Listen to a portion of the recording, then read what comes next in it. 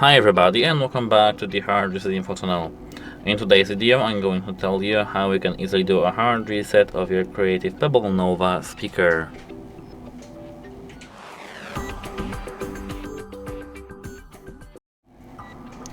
So here we are now in the application itself, which is called the Creative app, and here in this application we have to go into this gear icon in the top right corner.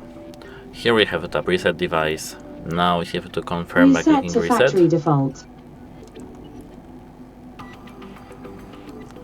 And now we just have to wait a moment till we have reset success here. We have it up OK, and now as you can see, it's done. That's it. Hope it helps you and have a nice day. Goodbye!